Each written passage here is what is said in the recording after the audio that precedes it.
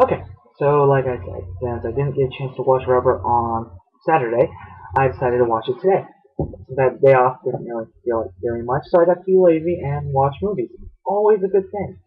Even though I probably should be studying for my after final, but I can work on that later. That's not till Thursday. So, Rubber. It is, and for the record, I'm just gonna, there will be spoilers. I honestly don't feel like censoring them.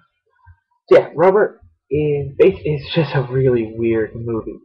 And according to Netflix, it is Quentin Dupieux directs a significant twist on the low-rent revenge flicks, which follows a car tire named Robert that rolls through the desert southwest using its strange psychic powers to blow up birds, bunnies, human beings, and more.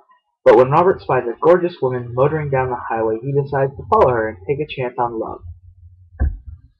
Yeah, it's about as weird as it sounds. And what they don't mention in the or in the little blurb is the fact that it also makes fun of the studio audience as well. Like when you watch a movie, it makes fun of you because whoever was putting this on brought a bunch of people into the desert to watch the movie with binoculars. So basically, they were watching the movie, except it wasn't a movie; it was like happening in real life. And then they had the bitchy teenage girls who would yell at anyone who talked at all, the ones who talked too much, and the annoying bratty kid. So like they had everything, and then they poisoned them, except for the guy in the wheelchair. I really like this movie. It's not one I'll probably watch a lot, but it's such a strange movie that I just can't say no. It does remind me a little bit of Wrist Cutters, well, probably because it takes place in the desert, and so do Wrist Cutters. They didn't, unlike that movie though, they didn't use nearly as much in the way of the filters that Wrist Cutters did. Because they had a really heavy filter thing. And with the nice thing is with this is the tire just goes nuts. Like I love the guy. It's awesome. It's so cool. And then the tire gets shot with a shotgun several times, and apparently reincarnates as a tricycle.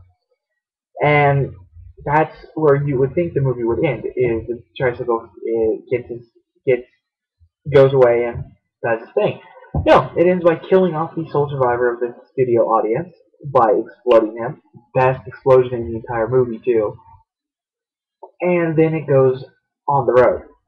And the best part is he raises an army of tires to go with him.